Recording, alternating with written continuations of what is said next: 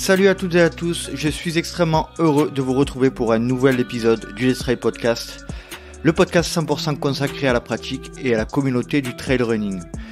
Et c'est le retour du format hors sentier, je le rappelle. Les hors sentiers, ce sont des épisodes dans lesquels je fais appel à des précédents invités, et je leur demande un petit peu leur actualité, et dans lesquels nous échangeons sur un sujet général, mais bien sûr lié au trail. Et dans cet épisode, j'ai fait appel à Marion Vujek DEI, anciennement Marion Vujek-Moreau, qui était l'invité de l'épisode numéro 7 diffusé en décembre 2019. Et nous allons parler de tout un tas de sujets, donc de son actualité et de ses objectifs sportifs et trailistiques depuis son dernier passage. Mais vous l'entendrez, le sujet de la discussion tournera principalement autour de la grossesse et de la manière avec laquelle elle a appréhendé cette période en mêlant sport, trail, grossesse, etc. Vous l'entendrez, c'est hyper intéressant et je pense que ça servira à beaucoup d'entre vous. Et on peut souligner également depuis cet enregistrement l'arrivée du petit Marin qui est né le 11 février. Bienvenue Marin. Allez, je ne vais pas vous faire patienter plus longtemps, je vous laisse profiter de ma conversation avec Marion Vujek DEI. Salut Marion, comment vas-tu? Je suis très heureux de te retrouver une nouvelle fois sur le LTP. Écoute, ça va bien, merci. Toi aussi, ça va? J'ai cru comprendre que ça roulait bien cette nouvelle vie. Ouais, on a échangé un petit peu en off juste avant et on a dit que quand on a enregistré notre épisode, c'était le numéro 07, c'était en décembre 2019, donc tu fais partie des premières invitées. Il y avait eu des choses qui avaient changé depuis de mon côté notamment, c'est clair. Mais je crois que pour toi aussi. Oui, pour moi aussi, effectivement, pas tout à fait le même nom de famille, un mariage entre-temps, et puis un bébé, alors encore bien au chaud, mais bien là, quoi, hein, qui fait la taille d'un ballon de basket. Et oui, parce que tu es enceinte et tu veux nous en parler, ça va être un petit peu le sujet de fond de notre échange. Bah, avec plaisir, c'est un sujet qui est pas souvent abordé, puis surtout dans le milieu du trail, donc oui, carrément, on peut en parler, c'est quand même l'occasion un peu exceptionnelle dans la vie d'une femme, donc oui, avec plaisir. Mais ça ne nous rajeunit pas, hein, non. Comme tu dis. Presque 4 ans maintenant. Qu'est-ce que je dis? 3 ans? Non. Oui, un peu plus de 3 ans, pardon. Oula, je perds la tête. Et j'ai vraiment souhaité faire appel à toi pour ce hors-sentier parce qu'on avait vraiment, tu fais partie des épisodes sur lesquels j'ai eu le plus de retours positifs où les gens s'étaient absolument marrés en nous écoutant parce que je te trouve super naturel et super détendu, donc je tenais vraiment à te réinviter dans le podcast, donc merci pour le temps que tu nous accordes. C'est gentil. Donc depuis fin 2019, Marion, raconte-nous un petit peu ce qui s'est passé pour toi, tout d'abord d'un point de vue sportif et trail. Alors, donc là, on l'a bien compris, je suis un peu en frein à main avec la grossesse, mais il y a eu quand même le temps d'en faire quelques courses. Alors, comme tu le sais, après l'enregistrement, on a été confinés quand même pas très longtemps après, donc j'ai pu faire la Saint-Élion, bien malade, mais je l'ai fait quand même. Tu n'avais pas dit que tu referais plus un trail pas malade? C'est pas ça que tu avais dit? Non, j'avais dit pire. J'avais dit, moi, vivante, si je suis malade un jour, si je prends pas de plaisir, j'arrête direct. Et là, en fait, je suis partie malade. C'est-à-dire que kilomètre 3, je me suis arrêtée dans le fossé, quoi. Et je me suis dit, c'est bizarre. Ça doit être le stress. C'était pas le stress. C'est pas le stress. Non. Non, et j'ai été ravitaillée par des amis qui m'étaient extraordinaires. Et en fait, à chaque fois que je les voyais, ils étaient là au milieu de la nuit, dans le froid, sous la pluie, la Saint-Élion, quoi. Tout le monde connaît. C'était l'horreur, en plus, en 2019, la boue, voilà. Et je les voyais, puis je leur demandais des médicaments et je repartais sans savoir rien manger et je repartais le plus vite possible en me disant, bon, allez, je veux jusqu'au prochain ravito. Puis, l'un dans l'autre, finalement, je suis arrivée au bout, quoi. Mais dans un état vraiment de fatigue extrême, quoi. Ça a vraiment tiré sur mon corps et je me suis dit, mais ça va pas bien, quoi. Et je sais pas ce qui, ce jour-là, a fait que j'ai pas arrêté. Mais voilà, c'était quand même une confirmation que les distances entre 70 et 80 km me correspondaient bien. Et voilà, même malade, j'ai quand même trouvé les ressources pour aller de ravito en ravito. Et puis, quelques mois après, du coup, je suis partie au soleil pour faire la Transgran Canaria, donc juste avant le confinement. D'accord. Timing, entre guillemets, un peu parfait. Transgran Canaria, alors sur le petit format, sur le format 65 km avec beaucoup de descentes, donc c'était un vrai challenge pour moi. Je peux mourir 10 fois, mais à ce point. Ouais, les descentes, quoi. Enfin, ceux qui m'ont vu descendre peuvent témoigner. Maud, par exemple, de Try the World, voilà, c'est épique, mais non, ça a été, et puis avec un résultat correct au bout, enfin voilà, j'ai commencé à bien rouler sur ces distances-là. Et puis j'ai Qu'est-ce que c'est pour toi un résultat correct, du coup, précise-nous. Non, c'était correct, c'était, je sais plus. Je saurais pas dire 17e femme, mais je me souviens plus du temps. 9h33, les mêmes temps de course que la Saint-Élion. Voilà, des mêmes temps de course, voilà, dans les 9h30 de course. Donc voilà, pour moi, correct, je serais jamais championne du monde. Donc vraiment plutôt contente, premier tiers de classement, et puis temps qui font que j'arrive à rentrer dans ma course, à prendre du plaisir, ce qui est pour moi difficile à faire avant 4 heures ou quand mon cardio monte trop, en fait. Les courses longues me correspondent. Et du coup, sur cet état de fait-là, après Transgran Canaria, donc veille du confinement, je me dis, super, on va pas s'arrêter en si bon chemin, je veux faire plus long. Et puis, Covid, confinement.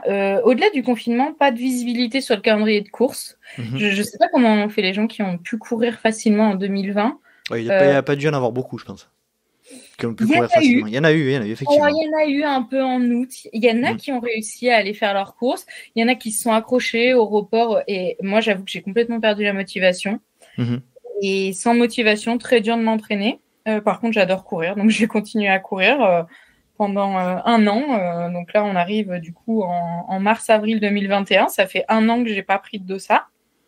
Ça fait 1 an que j'ai pas trouvé une course qui me motivait. Et ça fait 1 an que je cours 1, 2 à 3 fois par semaine. Mais voilà, plus souvent 1 à 2 fois par semaine. Vraiment juste pour me vider la tête, quoi. J'avais l'impression d'être revenue... pas du tout dans un état d'esprit de préparation de quoi que ce soit, puisque de toute manière, tu n'avais pas d'objectif de planifier, quoi. Pas du tout, j'arrivais pas à planifier, puis ça me semblait loin, courir 9h30, quoi, quand on fait 10 km par sortie. Je me disais que bon, la course à pied, c'était finalement peut-être pas mon sport en compétition. Entre-temps, j'avais acheté un vélo, donc pour le coup, qui m'a bien permis de me mettre à un nouveau sport qui me plaisait, qui me faisait envie depuis des années. Je me suis acheté un vélo de route pour me mettre en temps. Et donc, je faisais ça. Je me disais que mon vélo de route, mes 2 footings par semaine, on était bien. Et puis finalement, il n'y avait peut-être pas besoin de la compétition pour se faire plaisir. D'ailleurs, il y a beaucoup de personnes qui se sont pas mal révélées avec le off pendant cette période-là. Moi, j'ai pas trop accroché parce qu'en fait, j'arrive pas à me faire mal, quoi. Donc, aller courir 2 kilomètres, c'est bien, mais... Si t'as pas de dossard, toi, tu as du mal, quoi. Non, ouais, j'ai jamais réussi. J'admire les gens qui arrivent à faire des off et à se mettre... un peu en difficulté physique, forcément. Et mentale, moi j'ai aucune ressource, donc vraiment aller courir au bord de la mer, oui, aller me faire mal sur un vrai off de 30 bornes ou 50 bornes, incapable. Donc je commençais à me dire que voilà.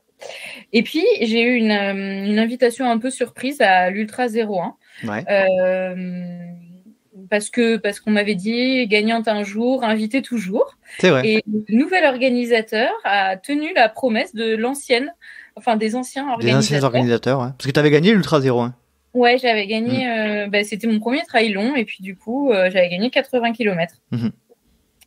Et du coup, j'avais gagné, invitée toujours, j'ai eu une invitation surprise sur la distance de mon choix. Et je sais pas pourquoi, à ce moment-là, je me suis dit, quitte à être invitée, autant prendre le départ du 175 et je m'arrête quand j'en pourrai plus. Je ne sais pas pourquoi j'ai fait ça, vraiment. Et en plus, en ressortant mes petits carnets d'entraînement pour le podcast, j'ai vraiment pu objectiver ça. Vraiment, je courais 2 à 3 fois par semaine, grand maximum. On est en avril 2021 et on est à 11 semaines de l'Ultra 01 qui d'ailleurs a été décalé 2 semaines, de 2 ou 3 semaines, je sais plus, toujours à cause du Covid. Du coup, je gagne quelques semaines, donc je me retrouve à 11 semaines, mais sinon j'étais à 7 semaines, quoi. Enfin, le truc... je me dis, je prends la plus longue distance et puis je vois. Et sur cet entrefait, 15 jours plus tard, je reçois un mail, je fais partie des chanceuses, de l'UTMB qui me dit, voilà, vous êtes un lucky loser, vous avez été repêché. Enfin, vous faites partie des gens possiblement repêchés si vous vous inscrivez très vite sur la course à laquelle vous aviez mis votre nom sur la loterie. Et effectivement, pendant le Covid, alors que j'avais vérifié que j'avais tous mes points, tout ça, j'avais mis mon nom sur la CCC. La CCC. Et c'est là où on s'était croisés d'ailleurs à l'arrivée. Exactement, là où on s'est vu, en août 2021. Exactement. Donc, il y a 1 an et demi maintenant. Et je reçois un message, sauf que j'avais coché des cases qui disaient que j'acceptais d'être contactée jusqu'à 8 semaines avant l'événement pour pouvoir y prendre part, en fait. Et on n'est pas 8 semaines, mais enfin, on n'est pas beaucoup bien loin, parce qu'on est mi-mai, je crois, entre-temps. Et j'apprends, mi-mai ou juin, peut-être bien, et j'apprends que, en plus de cet Ultra 01 qui se dessine et que je suis en train de préparer, alors aussi bien que je peux, parce que quantification du stress mécanique oblige. On n'est pas en préparation optimale, là, je te confirme. C'est ça. Je peux pas aller courir 100 bornes par semaine. C'est pas possible. Je sais très bien que je vais me blesser si je fais ça. Donc, je peux juste essayer d'augmenter les kilométrages et de m'entraîner un petit peu intelligemment, de faire du volume sur le vélo en espérant que ça paye sur la course à pied. Et puis, sur la course à pied, d'essayer de remettre un peu de dynamique dans le moteur, quoi. Donc voilà, du coup, je me retrouve inscrite à l'Ultra 01 en juillet et à la CCC en août avec seulement, je crois, 7 semaines entre les deux. Donc voilà, ça fait un an. T'as cumulé les challenges là. Ouais, ça fait 1 an que j'ai rien fait. Ça fait 1 an et 4 mois que j'ai pas pris un dossard, même pour faire 10 km. Que je me suis pas vraiment entraînée et sauf c'est un événement UTMB, moi je pouvais pas le refuser, quoi. Et puis en plus je dis souvent moi ma chance, parce que j'ai pas beaucoup de chance au hasard.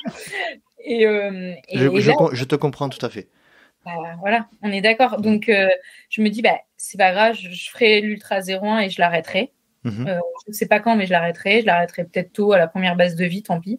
J'aurais fait une sortie longue de 50 km et je veux vraiment aller courir ma CCC. Et donc, comment ça s'est passé sur l'Ultra 01 dans un premier temps? Du coup, je suis allée un peu plus loin que 50 km. J'ai arrêté au 145e. Ah oui, quand même. Ouais, j'ai arrêté au 145e. J'étais deuxième féminine, ça se passait plutôt pas mal, et c'est les événements de course qui ont conduit à prendre une décision qui était raisonnable. Ça devenait très dangereux. Il y a eu une interruption de course pour toutes les personnes qui étaient à des bases de vie. Et moi, en fait, quand l'événement météorologique est arrivé, donc des pluies diluviennes, j'étais entre deux ravitaux. T'as pas trop de chance, toi, avec les intempéries, non? Il me semble que tu m'avais parlé aussi de ça sur ton... C'était quel événement juste avant? Tu m'avais parlé qu'il y avait eu un arrêt, une interruption de la course aussi? Le Red Trail Vendée Trail, qui lui avait été arrêté. Arrêté complètement. Arrêté au 47e kilomètre. Tout le monde avait été arrêté. Les courses de l'après-midi n'étaient même pas parties, et la course du 95 km avait été arrêtée. Ah oui, non, mais moi, j'ai un bol bancaire. Ouais. Ma maman et mon mari qui m'assistaient ont cru qu'ils allaient se tuer, quoi. Dans la montée du col, c'était franchement dangereux, quoi. Et puis, on est dans l'Ain, c'est quand même de la montagne, quoi. C'est pas... on n'est pas en plaine, quoi. Donc, quand l'orage tape, ça tapait très, très, très fort autour de moi. Je me suis retrouvée à un moment dans un pré, j'avais de l'eau, c'était la Saint-Dimon, quoi. J'avais de l'eau au milieu des cuisses, quoi. Mais du coup, pour en revenir à cette Ultra 01, comment tu expliques le fait que tu as réussi à faire 145 km avec si peu de préparation? Honnêtement, je sais pas. Même aujourd'hui, je me dis que c'est incroyable, et que le corps a des ressources énormes. Parce que non seulement je l'ai fait, mais en plus, je l'ai fait en étant bien, c'est-à-dire que mentalement, j'ai passé la meilleure course de ma vie. Mais vraiment, j'en garde des souvenirs extraordinaires. J'ai vécu des moments hors du temps. J'ai vraiment découvert ce que c'était que long. On n'est pas dans 9 heures de course, on est dans 28 heures. J'ai abandonné au bout de 28 heures, 7000 de D+, 140 bornes. On peut considérer que c'est l'ultra, là.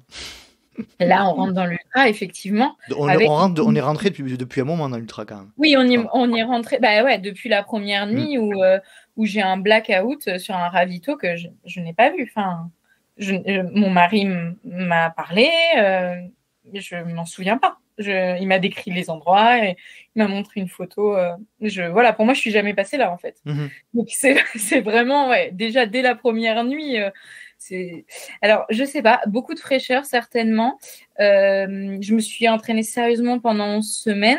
J'ai fait beaucoup de vélo. Du coup, je me suis entraînée entre 8h et 15h. J'ai regardé mes plans d'entraînement. Alors, c'est du concocté maison, mais voilà, beaucoup d'entraînement sur la fatigue. Aller faire du vélo 80 km et puis 2 heures après, aller faire 10 km en course à pied. Ça semble être rien. C'est pas des séances très techniques, très spécifiques, mais en fait, j'étais tout le temps sur la fatigue. Parce que j'étais toujours soit en train de faire du vélo, soit en train de courir, soit en train de faire une petite séance de renforcement musculaire, soit monter à cheval en complément. Même si ça fatigue pas trop, en fait, tout ce que je faisais, je le faisais sur de la fatigue pendant ces semaines-là, pendant ces 11 semaines-là, sans trop traumatiser le corps. Je peux pas dire que j'ai cassé beaucoup de fibres, que j'ai fait beaucoup de séances spécifiques. J'ai essayé de m'entraîner intelligemment et pour moi, le intelligemment, c'était de beaucoup s'entraîner sur la fatigue avec du volume qui traumatise pas trop le corps. Quand j'ai du volume, c'est du volume répété. J'ai pas vraiment fait de sortie longue. Par contre, j'ai fait quelque chose qui m'a, je pense, vraiment aidé. 3 semaines avant, j'ai fait une sortie à la Rune, en fait, alors ça va sembler très peu pour beaucoup, hein, mais j'ai monté 2 fois la Rune et j'ai descendu 2 fois. Et derrière, j'ai pas marché pendant 3 jours, quoi. Vraiment. Parce que tu n'avais plus l'habitude de l'excentrique et donc. Plus du tout. Et là, je me suis dit que ça allait être quand même franchement très compliqué. Et ça l'a été, on va pas se mentir, hein, les descentes étaient très compliquées. Mais je pense que toutes ces fibres cassées là, 3 semaines après, elles étaient bien reconstruites et ça m'a permis de faire autant de kilomètres en étant bien, entre guillemets. On en parle d'ailleurs avec Guillaume Millet, je sais pas si tu as écouté dans un des derniers épisodes sur le Weekend Shock. Donc là, toi, tu es typiquement la preuve que l'effet protecteur a fonctionné sur toi, parce que comme tu le dis, si tu n'avais pas fait la Rune à plusieurs reprises, alors c'est peut-être un peu réducteur de dire ça de manière aussi simple, hein. Tu as peut-être des prédispositions aussi génétiques ou liées à tes caractéristiques physiques, mais c'est vrai que je pense que si tu n'avais pas fait ces sorties choc un peu sur la Rune, sur ton Ultra 01, ça aurait été complètement différent, quoi. C'est évident. Au vu des douleurs que j'avais les 2-3 jours après la Rune, et où là, j'ai même carrément remis ma participation en question en me disant non, mais là, j'ai fait que 20 km, même avec tout le dénivelé du monde, entre guillemets, parce qu'il n'y en a quand même pas énormément avec la Rune, je ne sais plus combien c'était exactement. J'ai fait que 20 km, je ne peux plus marcher, ça va être impossible, quoi. Et en fait, ouais, typiquement, l'effet protecteur a marché, sachant que la veille de faire cet aller-retour à la Rune, on avait couru 20 km sur le plat. Donc, en fait, l'association de courir sur le plat et sur le bitume à Bayonne et aller se défoncer les cuisses le lendemain sur de la pré-fatigue, finalement, j'avais fait qu'un week-end choc de 40 km. Alors, certains me diront, pour aller courir 160, les comptes sont pas bons, quoi. J'ai jamais été à plus de 70 km par semaine dans mes entraînements. Mais je trouve que déjà 70 km en course à pied, c'est pas mal quand on fait des choses à côté. C'est clair. Donc voilà, et ça vraiment, honnêtement, je pense que c'est ce qui m'a permis de rester entre guillemets fraîche aussi longtemps dans la course, puisque ça a commencé à se durcir très fort vers 70-80 km et au dénivelé de mon entraînement, c'était normal que ça se durcisse. Après, dans l'ultra, on passe encore un moment où en fait, il y a un moment, ça se durcit tellement qu'on a presque plus mal, quoi. Donc j'ai eu, on va dire, 30 km de dur entre le 70e et le 100 km. Et ça allait mieux. Très intéressant Marion, merci de nous partager ça, parce que voilà, ça montre 2 choses. Ça montre que tu as réfléchi à ce qui coinçait, c'est-à-dire le manque de volume à pied notamment, le manque de volume lié à l'entraînement à basse intensité ou moyenne intensité, ce qui correspond à ce qu'on retrouve en ultra, et tu l'as, dans un premier temps, ce que tu as constaté, c'est que tu l'as remplacé par du vélo, donc tu as développé tes capacités cardio-respiratoires d'endurance pure en vélo, et tu as eu cette deuxième notion de travailler l'effet protecteur sur un one-shot. Donc on voit que tu as réfléchi ça, même si tu n'avais pas, effectivement, tu t'y étais pris un peu tard, quoi. Ouais. Oui, complètement. Je m'y suis pris tard, mais je suis arrivée avec de la fraîcheur physique, on peut dire ça aussi. Et Enfin, mental surtout, je pense. complètement, complètement. Aujourd'hui, Johannes Beu, il réussit toutes les courses qu'il dispute en biathlon. Et ils n'arrêtent pas de répéter, les commentateurs, qu'il a arrêté sa saison 2 mois avant tout le monde l'année dernière et que ça a joué. C'est quand même vachement antagoniste par rapport à ce qu'on apprend tout le temps, ce qui est de se dire, bah non, mais si on s'arrête, on repart de zéro, c'est super dur. Enfin, c'est impossible de revenir après un arrêt, ou alors, enfin, c'est pas impossible, mais je veux dire, voilà, on repart de zéro, quoi. En fait, non, je suis pas d'accord, et je pense que pendant que mon corps s'est reposé pendant presque un an où j'ai pas pris de dossard, j'ai rien pris. Et au final, quand je suis arrivée sur la ligne de départ, sans le vouloir, même si je savais que j'allais sûrement pas aller au bout, j'avais vraiment envie, de courir, j'avais envie de dépasser mes limites. Et voilà, après, j'ai la chance, tu me demandes comment ça se fait que ça a marché. Je pense qu'aussi j'ai la chance d'avoir une physiologie qui me permet de faire de l'ultra, dans le sens où, contrairement à d'autres gens, être malade sur une course, je sais ce que ça fait. Je l'ai vécu une fois à la Saint-Élion. Franchement, c'était l'horreur. J'aurais pas pu courir plus que la Saint-Élion. J'aurais pas fait 150 km comme ça.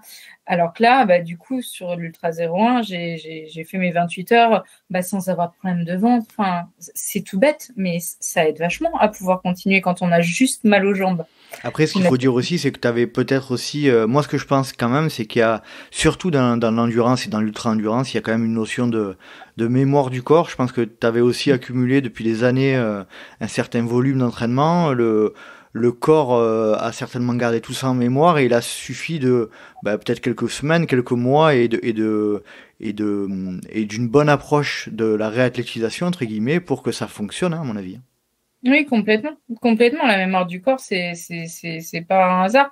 Et puis, s'enlever la pression, se dire juste que c'est possible, en fait. Et c'est vrai que quand on entend des personnes qui courent des ultras et qu'on entend les volumes qu'ils sont capables de faire, les mois de préparation, moi, je trouve ça solide. C'est important aussi de dire que quand on est coureur régulier, je pense que c'est pas impossible de se challenger et de passer d'une distance à une autre. Je suis passée de 30 km, d'une distance maximale en course de 30 km, enfin en course et à l'entraînement, de 30 km à 80 et ça a bien marché. Et je suis passée de ces 80, oui, j'ai jamais fait plus du coup, puisque 95 km ont été arrêtés, de 80 à 145. Alors voilà, j'ai pas été au bout, mais enfin quand même, en l'occurrence, j'ai fait 145 bien et j'ai arrêté parce que voilà, ça devenait juste trop dangereux. C'était les conditions de course, c'était pas ma forme.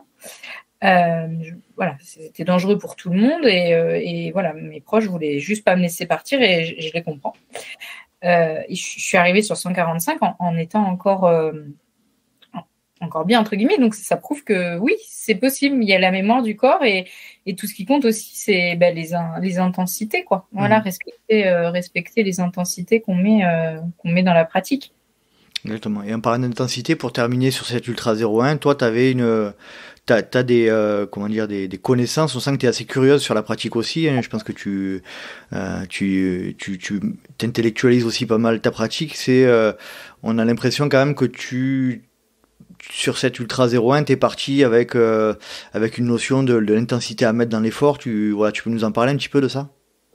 Oui. Alors, c'est un peu difficile à expliquer, mais effectivement, il y a cette notion de découper sa course, hein, comme beaucoup l'expliquent. On part pas. De toute façon, je sais que je partais sûrement pas. Après, tout pouvait arriver pour 175 km. Donc, je découpais par ravito et base de vie. Et en fait, le fait de découper à chaque fois ma course par 10, 15 ou 20 km et de savoir ce que j'allais manger, même si au final les plans changent, mais savoir ce que j'allais manger, si j'allais me changer, qui j'allais voir, si j'avais du pacing, parce que le pacing est autorisé sur cette course, donc pendant combien de temps j'allais courir avec mon mari, si ma maman allait être là, parce que ma maman elle a été se reposer un peu, parce que comme ça durait sur 2 nuits, alors d'intellectualiser tout ça, ça me permettait de mettre une intensité, de me dire bon voilà, là tu sais que les débuts de course c'est pas trop ton truc, donc tu pars prudemment et ce serait bien d'être au coucher de soleil sur le lac de Nantua. Et du coup derrière, en fait, quand on parle d'intensité, c'est même pas aller regarder sa montre parce qu'on le sent au souffle, comment on est, on le sent et on aux sensations.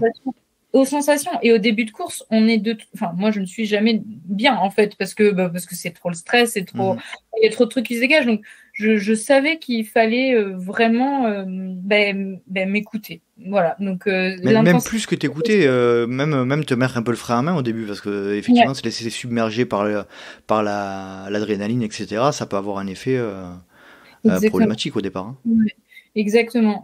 Alors, pas se mettre de frein dans le sens, pas se dire, faut pas que j'aille à plus de X km/h, parce que des fois, on connaît pas le terrain et qu'en fait, il est plus favorable que ce qu'on pensait et on avance bien. Et puis, il y a aussi cette notion de se dire, ce qui est pris est plus à prendre. Hein. Si là, j'ai bien avancé, quand c'est roulant, voilà, faut rouler. Mais d'un autre côté, pas aller se mettre dans des intensités, et notamment des intensités cardiaques, qu'on va payer après. Alors ça, pour moi, c'est vraiment... ce qui m'anime entre guillemets, c'est de me dire, est-ce que je suis pas en hyperventilation, est-ce que je suis pas trop haute cardiaquement, parce que de base je suis quand même souvent haute, mais voilà, entre le haute et le trop haute, il y a le fait qu'on peut exploser après. Et puis toujours mettre de la machine, de l'huile dans le moteur, quoi. Donc vraiment boire manger. Voilà, j'avais l'impression d'être sur le Tour de France quand on entend les directeurs sportifs leur dire ça. Bois, mange. Mais c'était ça, en fait. Hein. Ou une mauvaise formation, tu vois. Bois. C'est un peu ça. Bon, mais cool, en tout cas, ouais, c'est intéressant de voir comment ça s'est passé, cette course-là. Et ensuite, est-ce que tu peux nous parler de cette CCC comment s'est-elle passée? Je crois que il me semble de mes souvenirs que ça s'est un peu moins bien passé que ce que tu l'espérais. Ouais, alors, effectivement, ce que j'espérais pendant la course, en fait. Parce qu'avant, j'en espérais pas grand-chose. J'étais déjà bien contente d'y être. Et je m'étais dit, maintenant que tu as couru 145 km et que tu n'as plus que 6 semaines, je crois, ou 7 entre les deux, là, ça va être chaud de renouveler l'exploit quand même. Parce que le corps, il a mangé. Donc, c'est-à-dire que derrière l'Ultra 01, pendant 15 jours, je ne peux pas remettre une paire de baskets pour aller courir. J'ai perdu des kilos, mais j'avais l'impression d'être comme un pruneau séché, quoi. Vraiment, c'était pas des kilos que j'avais perdu, c'était de l'eau, en fait. Enfin, mon corps était complètement très faible, en fait. Je faisais des sorties vélo à 22 km/h. Donc, je me suis dit, là, le challenge, il est beaucoup plus dur. Donc, je savais que je pouvais pas mettre beaucoup, je pouvais pas faire grand-chose, en fait. Je pouvais juste essayer de maintenir un petit peu d'intensité. Je me suis entraînée vraiment 2 semaines, en fait. Voilà. J'ai récupéré de mon Ultra 01, j'ai pu m'entraîner 2 semaines où j'ai essayé de remettre un petit peu de dénivelé comme je pouvais, de recasser un peu de fil parce que j'avais vu que ça avait quand même vachement bien marché.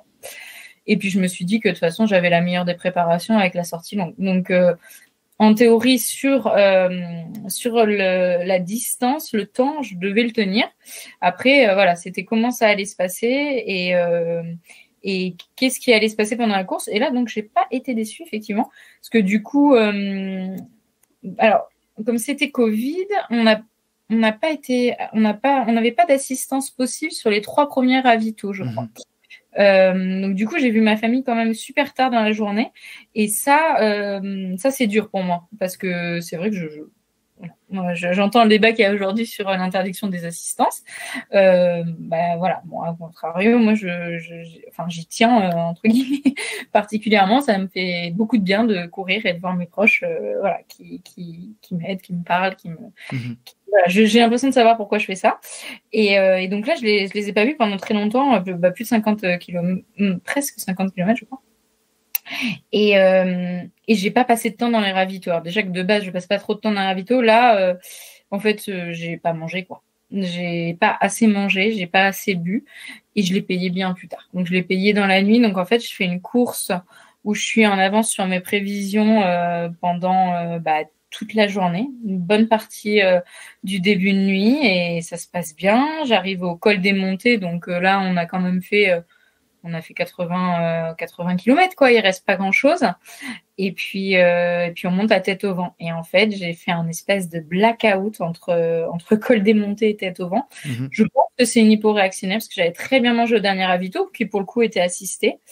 Et je pense que de pas avoir mangé du tout en début de journée, et au fur et à mesure, en fait, je pense que j'ai galopé après mon hypoglycémie, qui a fini par arriver de toute façon. Donc, quand j'ai eu mangé au dernier ravito, c'était trop tard. Donc, j'avais beaucoup d'énergie pour repartir, pour courir jusqu'au col des montées.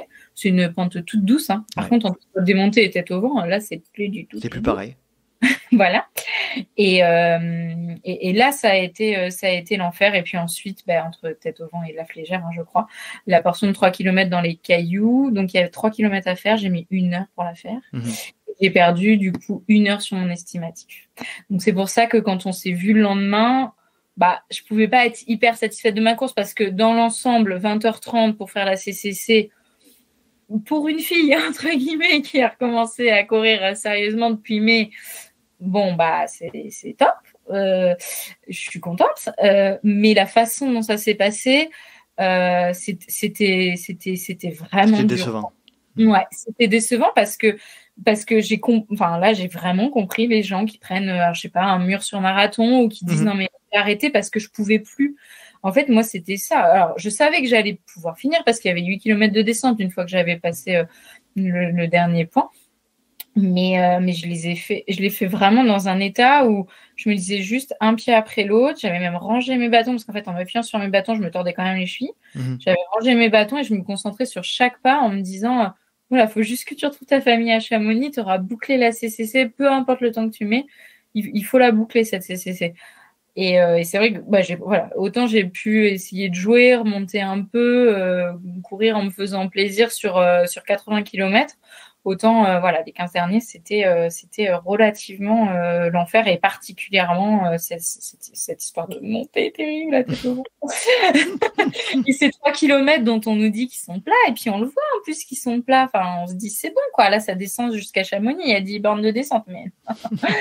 Enfin non, moi je l'ai pas vécu du tout comme ça, mais je me suis fait doubler. Ça a été, je sais pas, il y a peut-être 5-10 filles qui m'ont doublé, donc. Bon, on est la mince, quoi. J'arrive pas à les accrocher, puis je pouvais rien faire. Je les encourageais, elles m'encourageaient aussi, mais c'était vraiment, je pense, une hypo-réactionnelle et c'est jamais vraiment revenu. Alors après, j'ai un peu pu trottiner sur les 4 derniers kilomètres, quoi, parce que bon, là, quand même, ça sent l'écurie. Mais c'était dur et du coup, musculairement, j'étais très, très prise. Et là, j'ai fait l'inverse de l'Ultra 01. Au lieu de sécher, j'avais gonflé. D'ailleurs, Lisa, je crois, elle était dans le même état que moi. On avait pris 5 kilos d'avoir couru la CCC, quoi. Donc, je pense qu'à un moment, mon corps a manqué de quelque chose et je pense que je me suis soit pas hydratée, soit j'ai pas assez mangé, je sais pas. Mais j'ai fait une erreur qui a fait qu'à un moment, je n'avais plus du tout de jus, puis d'efficacité. Et puis en plus, quand on est lent comme ça, c'est l'enfer parce que du coup, on a l'impression d'avancer moins vite que ce qu'on pourrait. Du coup, on décide plus là de l'intensité. C'est l'intensité qui décide pour nous. C'est clair. C'est vraiment dur. T'as pas réussi à mettre une raison sur ce dysfonctionnement? Non. Moi, je vois l'hyporéactionnel parce que je sais que je me suis très peu arrêtée au ravito et j'ai très peu mangé, de l'ordre une banane, un demi-coca. Et j'ai fait ça jusqu'à ce que je vois ma famille, en fait. Je me disais, allez, plus vite tu avances dans ces ravitaux, plus vite tu arriveras au ravito où il y aura ta famille. Et du coup, je me suis bien ravitaillée quand ils étaient là. Mais en fait, je pense que c'était trop tard. Pour moi, ce que j'ai payé dans la nuit à 3h du matin, c'est ce que j'avais pas mangé entre 9h et 14-15h. D'accord. Donc, je l'explique pas franchement, mais le côté, il y avait plus rien qui revenait. Je me tordais les chevilles, je manquais aussi de lucidité. Et j'arrivais plus du tout à avancer comme un mur de marathon, en fait, avec les jambes bloquées, enfin tout. C'est ça qui me fait dire que ce serait plutôt quelque chose qui n'a pas été mis dans le moteur à temps et après c'était trop tard pour rattraper, quoi. Ouais, peut-être plus quelque chose qui est attrait au nombre de calories ou peut-être effectivement à l'énergie que tu n'avais plus.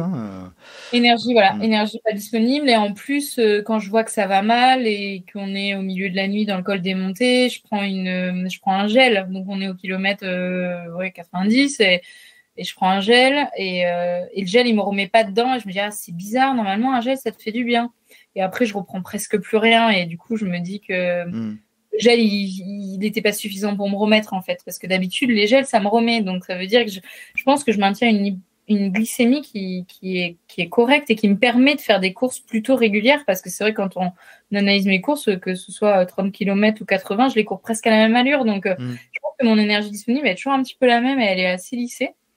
Et là, sur la CCC, il y a vraiment eu une brusque descente de vitesse. Voilà, 1 heure pour faire 3 km, quoi. Alors que c'était du plat, honnêtement. Hein. C'est du plat pas très praticable, mais enfin, c'est du plat quand même.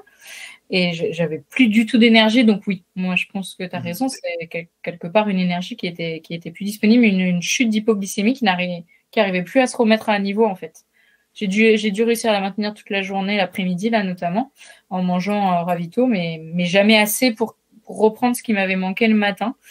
Et en plus, le matériel obligatoire était tellement important par rapport aux autres courses que j'ai fait, et notamment l'Ultra 01, que je me sentais très chargée. Et du coup, je prenais presque pas à manger sur moi, en plus de ce qui était conseillé. En plus, quand on n'a pas beaucoup sur soi, on se dit non, mais c'est bon, je peux attendre pour le prendre. Je suis pas. Et du coup, voilà, je pense que c'est vraiment une erreur un peu basique j'ai pas dû assez me dire bois et mange, quoi.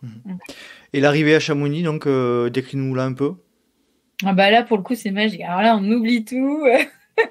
On oublie tout parce que moi, je pensais vraiment arriver avec personne, quoi. Il est 5 heures du matin. Donc, je prends 1 heure de retard. Donc, j'étais prévue à 3 ou 4 heures et j'arrive à 4 ou 5 heures, je sais plus. Mais il est vraiment le milieu de la nuit, quoi. Et en fait, c'est magique, quoi. Le dernier kilomètre, il y a des gens. Alors oui, il y en a peut-être pas beaucoup, beaucoup moins qu'en pleine journée, mais il y en a. Et puis des encouragements de fou. Enfin voilà, puis quand on est une fille, en plus, on est toujours un peu plus encouragé, je trouve. Donc, une fille, ah, bravo, bravo. Donc ça crie. Et là, c'est magique. Là, tu sais pourquoi tu fais ça. Et puis oui, c'est sûr que tu te doutes bien que t'es plus à 3 km/h là, du coup. Ouais, c'est ça, t'es plus à 3 km/h.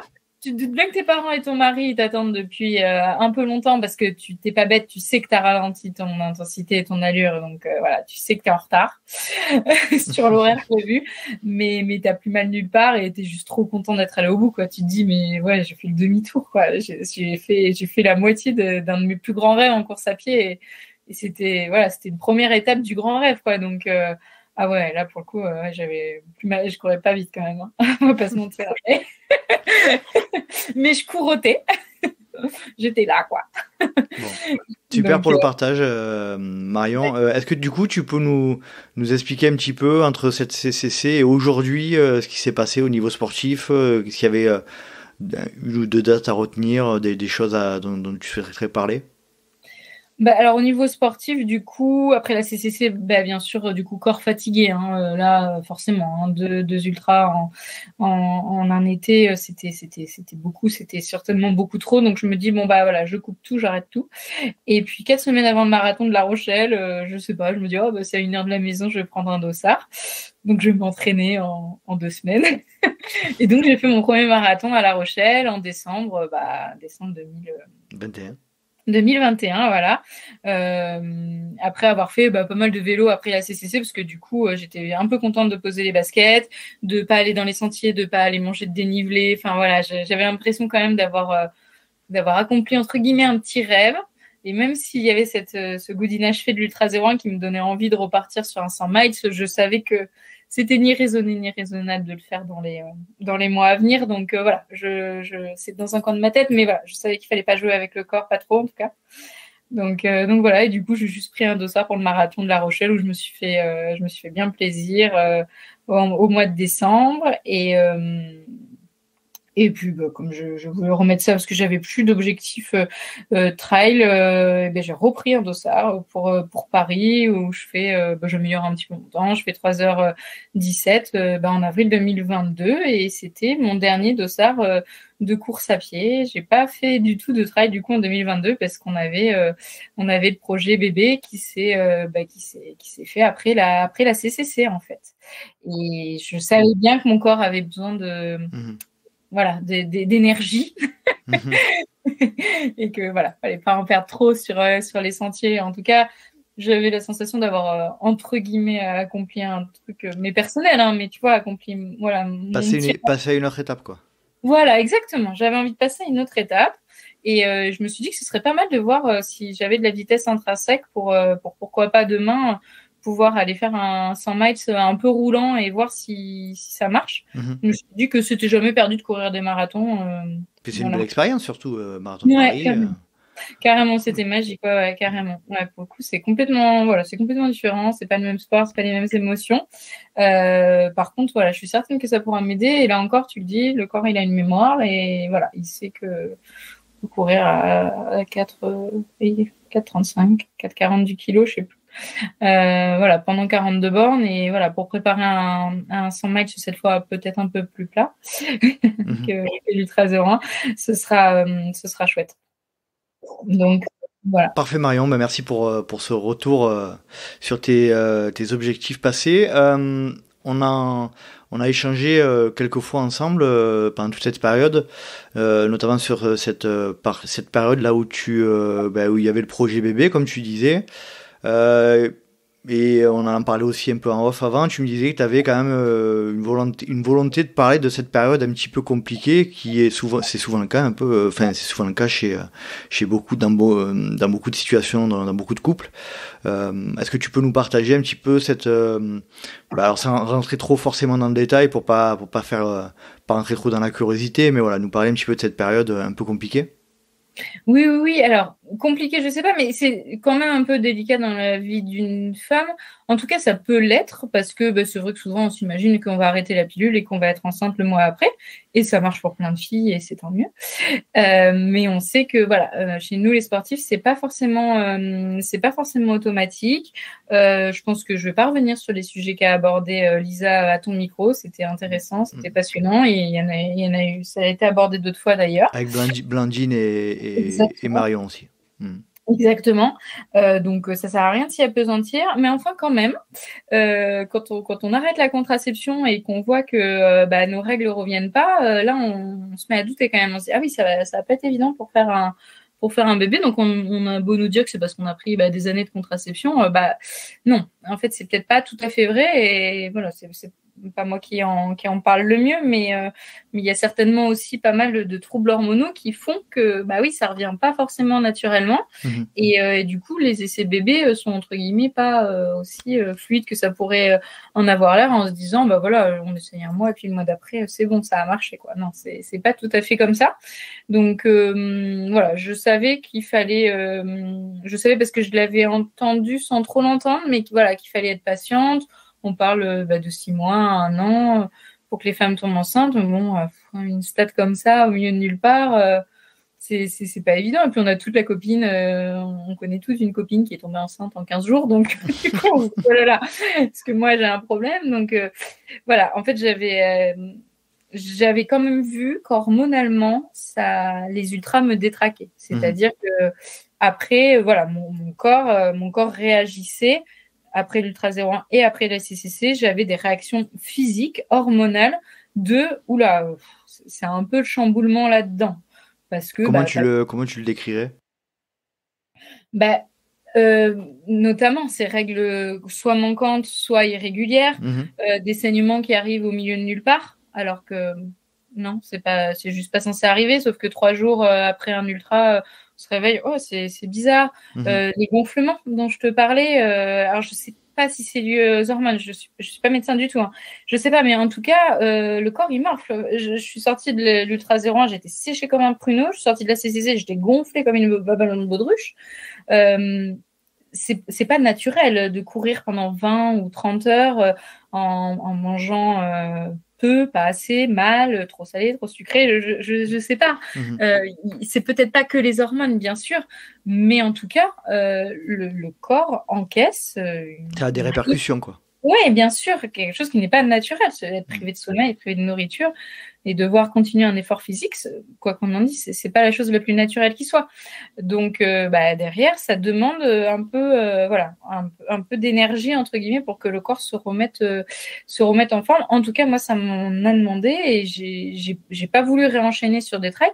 Déjà parce que j'en avais pas vraiment envie, et ensuite parce que je sentais que ce corps avait absolument besoin de se reposer. Et quand je parle de repos, c'est pas plus aller courir et voilà, j'ai pas arrêté ma pratique, j'ai continué à faire du vélo, j'ai continué à courir, mais je mets une différence entre la pratique loisir et la pratique qu'on peut se mettre quand on a un objectif en tête, qu'on se réveille le matin, qu'on pense à son dossard. Enfin voilà, on connaît tous ça, hein, nous les coureurs passionnés. Voilà, respirer UTMB ou n'importe quelle autre course de l'année qui compte pour nous. voilà, on sait faire. Mais du coup, c'est difficile des fois de lâcher un peu cette pratique et juste d'écouter son corps et ses manifestations physiques qui font que, ah oui, un petit boubou par-ci, un petit boubou par-là, et puis voilà, des réactions, des boutons, enfin, voilà, des trucs qui hormonalement font que le corps est pas tout à fait remis. Voilà, donc c'était surtout ça. C'était comme ça que ça s'est manifesté, par des petites observations où je me disais, voilà, mon corps a besoin de se reposer, quoi. Voilà. Tu as pris conscience donc de ça. C'était déjà le cas avant d'avoir envie, la volonté de faire un enfant, ou ça s'est présenté au même moment et tu t'es dit dans cette situation-là, il y a des trucs qui vont pas, il faut que je prenne ça vraiment au sérieux. C'est dysfonctionnement. Ça s'est présenté vraiment à ce moment-là, et au moment aussi où la parole, alors pas que des femmes, mais des médecins, des professionnels de santé se libèrent sur le sujet, parce qu'avant, j'étais sous contraception, sous pilule en l'occurrence. Il faisait que j'avais des règles. Alors, c'est des fausses règles quand on a une pilule, mais j'avais des règles tous les mois. Et donc, je vois pas en quoi je me serais inquiétée. Je suis pas hyper maigre, loin de là. J'ai pas un taux de masse grasse trop basse. J'ai pas l'impression d'être la fille la plus surentraînée de la Terre, loin de là. Donc, pourquoi m'inquiéter? Sauf que le jour où on arrête la contraception et qu'on se pose vraiment en essai de bébé, puis que les mois commencent à passer et que ça vient pas, en tout cas pas tout à fait naturel, enfin oui, pas tout à fait naturellement, ou que les cycles sont un peu décalés et tout, ou anarchiques, ou voilà. Là, on se dit, ah, c'est bizarre. Et du coup, on refait le chemin à la tête en disant, ah bah oui, j'ai eu ces manifestations hormonales après l'ultra 01 qui me font dire que mon corps, il a morflé. Comme ça, après la CCC. Ah oui, et puis quand j'ai arrêté ma pilule, c'est bizarre parce que j'avais plus de règles. Donc, de règles artificielles, on est passé à plus de règles. Et du coup, moi qui pensais ne pas être touchée par cette aménorrhée, bah, finalement, je l'étais. C'est juste que je ne savais pas parce que j'avais jamais pris le temps de me renseigner et de comprendre que la pilule masquait en fait l'aménorrhée. Enfin, pouvait masquer l'aménorrhée. Donc, c'est vraiment, je trouve, un sujet qui est très, très peu abordé et dont on parle pas et on se réveille un peu tard au moment de la conception d'un enfant ou au moment de la blessure chez la sportive, qui est souvent le cas. Donc moi, je suis pas sûre que j'ai eu que j'ai été vraiment comment dire, victime de la triade de la sportive. C'est pas ce que je veux dire. Par contre, ignorer que le corps est franchement chamboulé par des efforts aussi extrêmes que l'ultra trail, je pense que c'est une bêtise. En avoir conscience. Voilà, ça ne veut pas dire qu'il faut arrêter. Ça veut dire que, voilà, je pense qu'il y a plein de moments dans la vie de femme, mais en tout cas, moi, c'est comme ça que je l'ai ressenti. Et voilà, il y a des moments où le corps a, je pense, aussi besoin de se reposer, de faire du jus et pour revenir plus en forme et remonter notamment tout ce qui est niveau hormonaux qui sont quand même un peu mis à mal par ces efforts d'ultra-endurance. Tu constates ces symptômes, tu mets quoi en face comme plan d'action, tu te renseignes, tu vas voir le médecin, comment ça se passe du coup après? Je me renseigne un peu, j'en prends conscience. Déjà, c'est bien parce que quand on en prend conscience, déjà... C'est la moitié du chemin de fait. Ouais, et la moitié du chemin de fait, on mange un petit peu plus, on s'entraîne un petit peu moins sur la fatigue parce que ce qui était hyper avantageux pour aller préparer des ultras se justifie un peu moins. Je mets quand même en place des prépas marathons du coup, parce que je fais 2 marathons. Mais voilà, c'est de l'intensité, c'est 1h15 ou 1h30 max. C'est pas les mêmes volumes. Exactement. Si, ça peut l'être parce que sur certaines athlètes qui préparent un marathon font d'énormes volumes, mais... En l'occurrence, pour moi, c'était pas les mêmes volumes. Je courais moins et surtout, je courais moins sur la fatigue. Je faisais pas ces enchaînements de je traumatise pas mon corps. Alors, ce que moi, j'appelle ne pas traumatiser mon corps, c'est faire 70 km de vélo et aller courir 1 heure derrière, mais à basse intensité.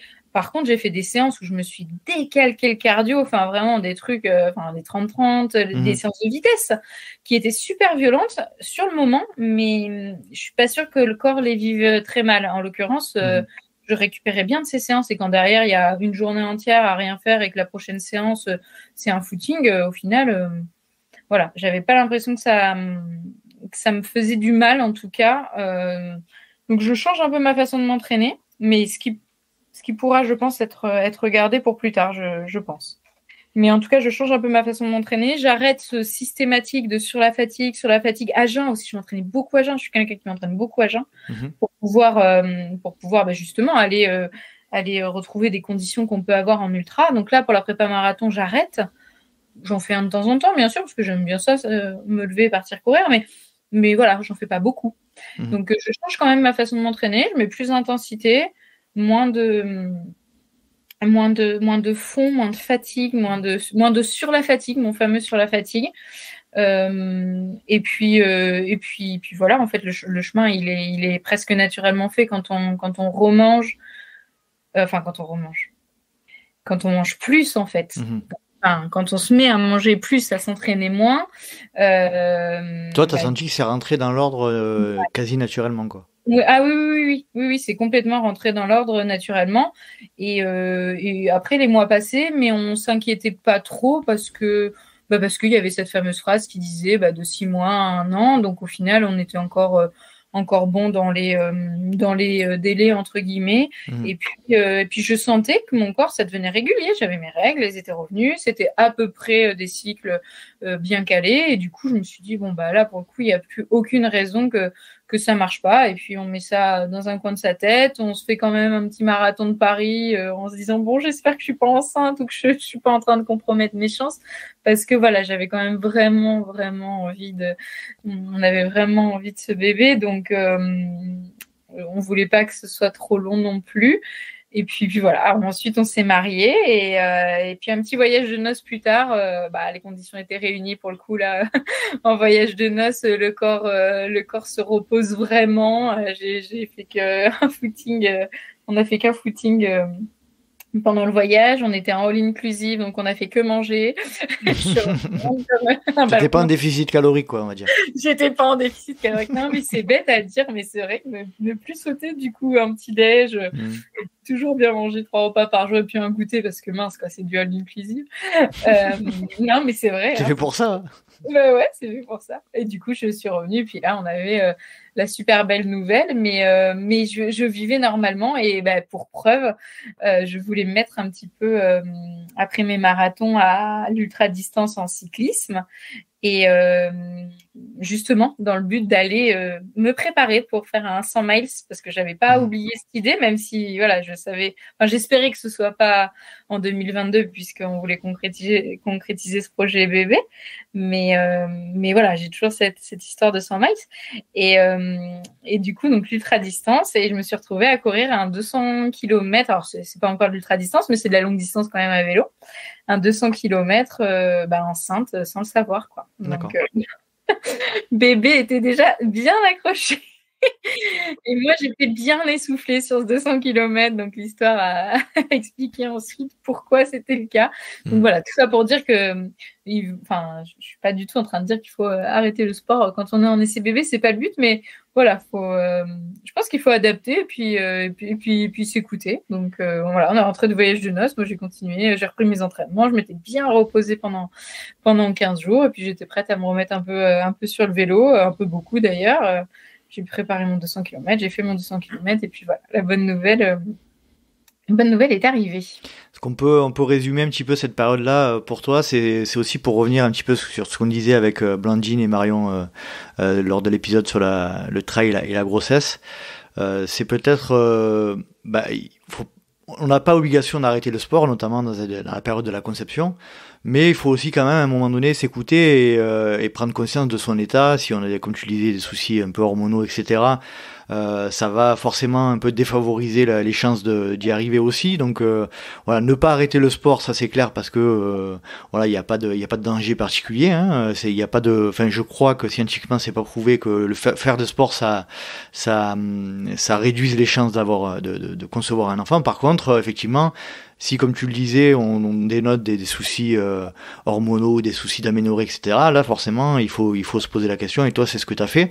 En tout cas, c'est, voilà, comme on le sent depuis le début de l'épisode, t'es quelqu'un qui réfléchit quand même beaucoup qui s'écoute beaucoup, qui a des objectifs, mais qui a quand même tendance à beaucoup s'écouter, à beaucoup réfléchir sur sa pratique, sur sa vie, sur sa santé. Donc ça, c'est quelque chose de tout à ton honneur, quoi. Oui, je pense que c'est vraiment très important de d'être pleinement connecté à soi et OK avec soi-même. Fabriquer la vie, ça demande quand même vachement d'énergie, on va pas se mentir, on va y revenir sur la pratique de la course à pied, notamment pendant la grossesse, mais faire un enfant aussi, la conception, ça demande de l'énergie, donc forcément, on peut pas être sur tous les fronts, et même mentalement, on peut pas être sur tous les fronts. Alors après, bien sûr, il y a des bébés surprises, il y a des femmes très fertiles, et il faut pas attendre d'être ces bébés pour s'inquiéter de sa santé. Mais ce que je veux dire, c'est qu'en l'occurrence, c'est vraiment une période à laquelle on doit faire particulièrement attention, puisque moi, si je n'avais pas arrêté ma pilule, je n'aurais pas su que mes règles ne revenaient pas. Et en l'occurrence, comme j'ai arrêté ma pilule après la CCC, elles ne sont pas revenues. Donc, faites exprès peut-être que ça n'avait aucun lien avec les ultras que j'ai courus l'été. Mais voilà, quand on refait le match et que, comme tu dis, on s'écoute, on se souvient qu'après l'Ultra 01, il y avait ces saignements bizarres, forcément, là, c'est le moment pour se dire, oh, peut-être qu'il faut que je lève un petit peu le pied, peut-être qu'il faut que je prenne 1 ou 2 kilos qui me font pas vraiment hyper plaisir. Mais bon, voilà. Peut-être que mon corps en a besoin parce qu'il a tapé dedans cet été. Je pense que c'est des périodes de la vie. Et du coup, c'est important de s'écouter à chaque moment. Et ce qu'il faut retenir aussi sur le syndrome RADS, c'est pas mettre sous le tapis, bien sûr. Ça, c'est dans tous les cas. Mais si j'avais eu des signes forts avant les essais bébés qui m'auraient... Mais là, j'avoue que j'avais rien. Pour moi, mon taux de masse graisseuse, il est pas bas. J'avais mes règles. Tu n'avais pas d'aménorrhée, donc voilà. Ouais, non, pas d'aménorrhée. Donc, du coup, après, c'était fausses règles. Mais ça, c'est pas facile d'en avoir conscience. Et puis, voilà, les gynécos, on les connaît, quoi. Moi, vous êtes sportif, c'est normal. Et puis, moi, quand j'ai arrêté ma pilule et que c'est pas revenu, j'étais un peu catastrophée quand j'ai vu 1 mois, 2 mois passer. Et puis, elle m'a tenu un discours hyper rassurant. Et tant mieux, d'ailleurs. Mais voilà, moi, elle m'a dit, oh, c'est normal, vous vous rendez compte, ça fait des années et des années que vous êtes sous pilule. C'est totalement normal. En fait, c'est peut-être pas totalement normal, quoi. Donc, on va relancer un peu la machine. Donc, voilà, on prend le fameux premier comprimé pour relancer la machine. Après, la machine se relance. J'ai eu de la chance, elle s'est relancée pour moi, mais c'est pas le cas de toutes les femmes. Je pense que c'est hyper intéressant ce que tu dis. Et comme tu le disais tout à l'heure, on n'en parle pas souvent de cet aspect-là, particulièrement de la grossesse, notamment, ou de la période où on essaie de tomber enceinte. Je pense qu'il y a beaucoup de femmes dans ce cas-là. Il y a beaucoup de plus en plus de stérilité, que ce soit chez les hommes ou chez les femmes. Je pense que c'est lié aussi à l'environnement dans lequel on est. Mais cet aspect-là, effectivement, chez nous, sportifs d'endurance et chez vous, sportifs d'endurance, je pense que c'est un sujet hyper touchy, entre guillemets, et où je pense que plus on en parlera, notamment dans les podcasts, etc., et plus ça fera prendre conscience aussi aux femmes que par moment, il y a un petit enjeu, quoi. Complètement. Il y a un enjeu, le risque étant de se réveiller trop tard, en fait, et de se dire, waouh, mince, je me suis entre guillemets pas inquiétée pas de ma fertilité, mais voilà, de mes hormones avant, et au final, aujourd'hui, que j'arrête la contraception et que je suis déjà bien avancée dans l'âge, c'est pas qu'il est trop tard, mais c'est que c'est compliqué, ça devient beaucoup plus compliqué, avec des protocoles longs à mettre en place, des choses... heureusement, après, je peux pas témoigner pour les femmes qui sont en PMA. Je sais qu'il y a, il y a beaucoup de difficultés là-dessus, mais c'est vrai que souvent, on omet un peu cette période parce qu'on se dit juste, quand on annonce la grossesse, félicitations, et puis on se dit que la personne a sûrement arrêté sa pilule le mois d'avant. Non, en fait, tous les mois, quand les règles, elles reviennent, alors du coup, quand elles reviennent, c'est plutôt une bonne nouvelle, mais même, du coup, elles sont là, et du coup, c'est toujours un peu de... Ah, j'espère que tout va bien, voilà. J'espère que tout va bien. Je pense qu'il est important de se le dire avant même d'être en essai bébé, de tous les mois, pour une femme, se dire j'espère que tout va bien. Après les ultras, je sais pas, peut-être que je suis la seule, j'ai pas trop entendu de femmes qui parlaient de bouleversements hormonaux après, mais moi, en tout cas, des saignements, des boutons, une peau un peu différente, des choses qui me font dire que si, c'était quand même pas que le manque de nourriture et de sommeil, c'était c'était aussi une fatigue hormonale, c'est plus que ça. Physiologique, quoi, on va dire. Oui, complètement, physiologique. Peux-tu nous parler de la période, du coup, grossesse, à partir du moment où vous avez appris que tu étais enceinte, comment comment ça s'est passé comment ça se passe toujours pour toi au niveau de la pratique sportive? Tu as continué. Là, encore une fois, je vous renvoie à l'épisode avec Blandine Hirondelle et Marie-Ondelle Pierre sur ce sujet-là. Toi, pour toi, ça a été quoi la suite? Écoutez ton podcast déjà. Merci, c'est gentil. Non, mais c'est vrai que ce podcast était super et plein de bon sens. Je vais pas redire ce qu'elles ont dit beaucoup mieux que moi, mais c'est vrai qu'en application concrète, je dirais que tout se résume à écoutez-vous, vous savez ce qui est de mieux pour vous, les filles, quoi. Enfin voilà, c'est ça, surtout ça, en fait. Surtout ça, se poser les bonnes questions, bien sûr. Hein. Oui, si on veut faire de la plongée, c'est quand même franchement contre-indiqué. Mais une fois qu'on connaît l'activité et qu'on sait la faire, le corps sait faire et le corps nous dit. Alors, moi, du coup, j'ai continué à courir, alors à footinguer. Donc, c'était pas violent. Déjà que de base, hors plan d'entraînement, je fais pas grand-chose à part des footings. Là, j'ai continué mes petits footings en faisant attention de ne pas les faire à jeun. Enfin, voilà, encore une fois, je voulais pas taper encore plus dans la machine qui fabriquait déjà la vie. Mais j'avais pas mal de nausées, donc j'étais bien que dans l'eau. Donc, je fais beaucoup de piscine les 3 premiers mois parce que j'étais malade. Mais j'ai continué à courir 2 à 3 footings par semaine. Et puis voilà, au début, des chronos pareil qu'avant que je tombe enceinte. Enfin voilà, vraiment, c'était... Voilà, je mettais mes podcasts ou ma musique et puis j'allais courir, je faisais mon petit tour et ça me faisait du bien. Et pendant ce temps-là, j'avais un peu moins de nausées que tout le reste de la journée. Et puis j'ai complémenté ça avec de la piscine parce que là, pour le coup, ça me faisait vraiment trop de bien d'être à l'horizontale. Mais voilà, sinon, une pratique totalement normale. Je faisais attention de ne pas y aller quand il faisait trop chaud. Là encore, c'est du bon sens. On n'a pas envie d'aller courir quand on est enceinte à 40 degrés. Enfin, en tout cas, moi, j'avais pas envie, donc j'y allais pas. Tu t'es écouté, comme le conseil que tu donnais tout à l'heure? Voilà, c'est exactement ça. Je me suis écoutée, donc j'ai attendu que les températures soient clémentes. Le jour de l'Ironman de mon mari, il faisait super bon. Le lendemain matin ou la veille, je sais plus. Donc du coup, j'y étais au Sable d'Olonne, au bord de mer. C'était le bonheur. J'étais à 3 mois et demi. Enfin voilà, c'était chouette comme tout. Donc j'ai pris ce que j'avais à prendre en me disant voilà, je me donne pas de limite. Tant que ça me gêne pas, tant que ça me fait pas mal, tant que ça tire pas, tant que j'ai aucun signe au retour qui pourrait dire que c'est nocif, je continue. Et puis du coup, j'ai naturellement arrêté la course à pied à 5 mois et demi quand j'ai commencé à avoir du ventre. Parce qu'en fait, je suis restée très longtemps sans avoir de ventre. Je pouvais le cacher vraiment longtemps.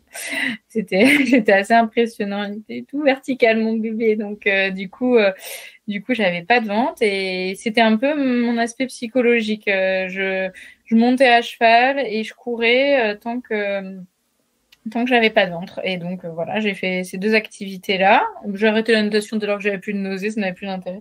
Je vais à la piscine que quand je suis blessée ou malade. Voilà, c'est horrible. La piscine, elle me voit alors que je suis blessée. C'est terrible. Bref. Mais je pourrais y aller, en plus, ça me ferait du bien maintenant que je suis Mais non, j'y vais pas. Donc, bref. Donc, du coup, j'ai continué à courir jusqu'à 5 mois et demi. Puis, le dernier footing, là, j'ai commencé à avoir des petites douleurs ligamentaires. Vraiment, en fait, juste le ventre qui commençait à grossir, quoi. Et quand on court, on tient ses abdos. Et moi, mes abdos, ils étaient en train d'essayer de se déchirer pour laisser la place au bébé. En fait, j'avais pas trop l'intérêt de continuer à aller serrer ses abdos qui demandaient qu'à se desserrer un peu pour justement me laisser la place au ventre. Mais je me suis pas dit aujourd'hui c'est ma dernière séance, je l'ai pas mal vécu. Voilà, je suis allée courir et puis finalement, quand j'ai regardé sur Strava, c'était celle-là la dernière, quoi. Voilà. Assez naturellement en fait. Oui, ça s'est fait. J'ai arrêté naturellement parce que j'avais juste plus trop envie. J'avais mon petit ventre qui commençait à poindre et puis à tirer un peu aussi. Donc voilà. Par contre, j'ai continué à monter à cheval. Alors, je monte à cheval depuis que j'ai l'âge de 5 ans. Hein, donc voilà, quand on regarde sur Internet, bien sûr que l'équitation et grossesse, c'est déconseillé. Mais voilà, je m'en reste à mon conseil. Les femmes, vous savez ce qui est bon pour vous. Voilà, moi, c'est ma jument depuis 10 ans. Je la connais par cœur. Elle est très gentille et on est de toute façon jamais à l'abri d'un accident, que ce soit à cheval ou autre. Mais voilà, du coup, j'ai pu continuer à monter. Puis j'ai monté à cheval jusqu'à 7 mois, jusqu'à ce que là, pour le coup, mon ventre prenne vraiment trop de place dans le pantalon d'équitation. Et j'ai arrêté. Mais encore une fois, psychologiquement, parce que ça tirait pas du tout ni rien. Mais voilà, j'avais du ventre. C'était un peu ma limite psychologique. Alors, si j'avais eu à 3 mois, est-ce que j'aurais tout arrêté plus tôt? Peut-être, je sais pas du tout. C'est très difficile à dire. En tout cas, voilà, moi, je suis des filles sur Instagram qui courent même jusqu'au 9e mois de grossesse. Je pense que c'est pas du tout impossible. Je ressentais pas vraiment le besoin ou l'envie. Voilà, aujourd'hui, je fais du home trainer, du coup, depuis que j'ai arrêté. Tu continues un petit peu l'effort physique quand même. Ouais, je continue un petit peu l'effort physique. Alors, c'est 20 minutes. J'ai eu 15 jours où j'ai dû tout stopper. Puis là, ça va mieux, donc je reprends. Mais c'est 20, 30, maximum 40 minutes. C'est plutôt tranquille. Je pense que je pourrais faire plus, mais j'en éprouve pas le besoin particulier. Non, pas le besoin. Non, c'est marrant comme on s'adapte en fait, parce qu'on peut passer en un an, je suis passée de 15 heures de sport quand je préparais, 15 heures maxi, mais quand même, quand je préparais l'Ultra 01 ou la CCC, à 1 heure ou 1 heure et demie dans la semaine, quoi. Mais au final, moi, non. Quand on sait, c'est comme en ultra, en fait, quand on sait pourquoi on est là et pourquoi c'est faire, je vis pas particulièrement mal le fait d'arrêter. Au contraire, je me dis que ça se trouve, je suis en train de refaire tous mes stocks au top et mon corps sera hyper enclin à encaisser ensuite tous les projets sportifs que je lui soumettrai. Mais il est bien trop tôt pour le dire, parce que on sait pas comment on sera en postpartum. Aucune femme peut avoir la prétention de le dire. Voilà. Toi, en tout cas, l'objectif, ce serait de reprendre le plus vite possible. Tu es impatiente ou tu vas un peu faire comme tu fais là, c'est-à-dire au feeling, de manière assez naturelle? De manière assez naturelle, mais bien sûr que je suis impatiente d'avoir des objectifs quand même, parce que ouais, je sais pas pourquoi d'ailleurs, parce qu'effectivement on pourrait se dire qu'avoir un bébé ça suffit, mais non, je crois que je suis vraiment passionnée. Alors la course à pied, je pense que je reprendrai après le vélo. J'espère reprendre le vélo effectivement pas trop tard, pour pouvoir faire un peu tout ce qu'on disait tout à l'heure avec le fond, me refaire un fond à vélo. Et puis en trail, si quand même un premier objectif déjà fixé à 8 mois de grossesse, mon mari m'a offert un dossard pour le trail du Puy du Fou, un 19 km qui a lieu en octobre. D'accord. Étant une fan inconditionnelle du parc. du coup, je dis que j'ai pas d'objectif vraiment, mais en fait, si. C'est juste qu'il est un peu loin dans le temps, mais du coup, ce sera déjà super si j'arrive à cet objectif de 19 km en octobre prochain. Donc, et puis après, je vais voir si ça le fait bien et que j'ai bien pu reprendre la course à pied cet été et puis à l'automne. Pourquoi pas un trail d'hiver comme je les aime bien. Toi-même, tu sais, quand il fait hyper mauvais. Donc, il y en a un le 26 décembre en général en Vendée, là, trail des Herbiers. Il fait toujours dégueulasse, il y a de la partout, c'est génial. C'est le meilleur, ça. Voilà. Donc, celui-là, pourquoi pas. Et puis, en fait, si ça se trouve, non, parce que j'en aurais pas envie à ce moment-là. Je sais pas, j'ai pas du tout la prétention de dire, mais en tout cas, je vais essayer de caler un petit calendrier avec des courses de vélo de 200 km, j'aimerais bien. Pour commencer un peu le fond, et puis voilà, quelques trails pour aller vers du long, voir si ça peut marcher ou pas, mais voilà, encore une fois, sans se mettre la pression, si ça va pas au bout, ce sera pas très grave. En postpartum, tout est pardonné. Parfait. Bon, Marion, écoute, en tout cas, je tenais à te remercier de ce partage. C'est vrai, comme on le disait juste avant, il y a très peu de personnes et de femmes qui sont capables de partager pendant la grossesse, donc ça c'est tout à ton honneur, merci beaucoup, c'est chouette. Et puis est-ce que tu veux donner un ou deux conseils aux femmes qui nous écoutent pendant leur grossesse ou pendant qu'elles essayent de tomber enceinte? Voilà, est-ce que tu veux partager quelque chose? Voilà, le résumé c'est écoutez-vous, vous savez ce qui est le mieux pour vous et pour votre bébé. Voilà, sans vouloir verser dans l'ésotérique, des fois on met ses mains sur le ventre, on ferme les yeux, on pense très fort et on se dit ouais, je peux aller courir, c'est pas parce que telle personne m'a culpabilisé de le faire que c'est pas bon, je sais ce qui est bien, voilà, je sais ce qui est bien pour moi. De toute façon, comme c'est pas le moment où on va faire un record personnel, où on va préparer une ultra distance, il y a aucune pression, et du coup je dirais juste de profiter ce moment, de ces 9 mois vraiment à soi, sans aucune pression de résultats sportifs, pour faire exactement ce qu'on a envie, et Ça consiste à peut-être garder de l'intensité. Marion l'expliquait que c'était possible, Marion et Blandine. Garder de l'intensité ou au contraire l'enlever totalement. Profitons. C'est un des moments qui appartient entre guillemets qu'à nous.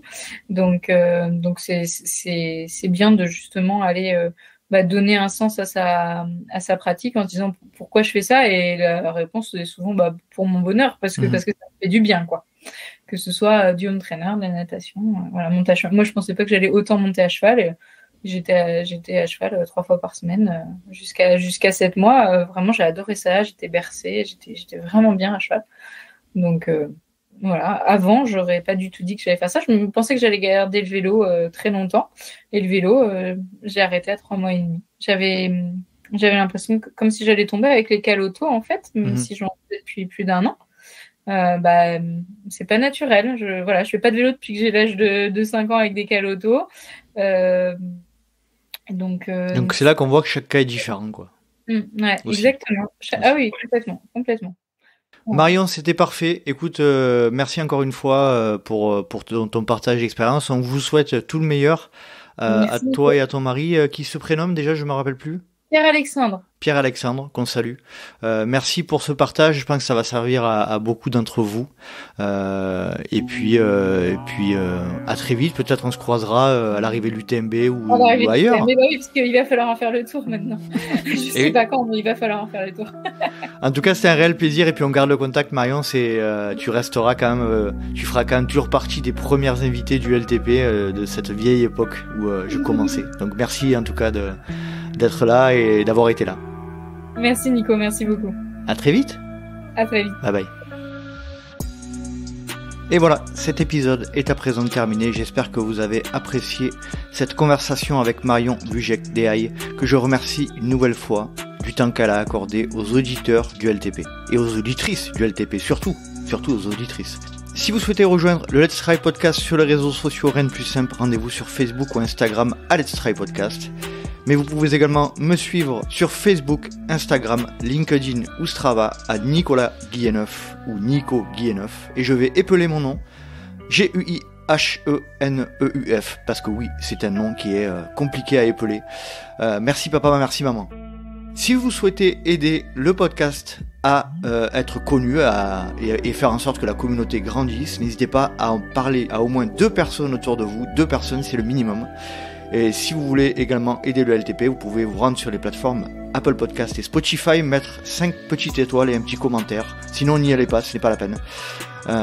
Ça aide vraiment à remonter le LTP dans les classements, qui d'ailleurs actuellement est très bien placé. Donc je vous remercie à toutes et à tous. J'espère vous retrouver pour un prochain numéro du Let's Try Podcast. Et d'ici là, n'oubliez pas, si vous pensez que c'est impossible, faites-le pour vous prouver que vous aviez tort. Salut.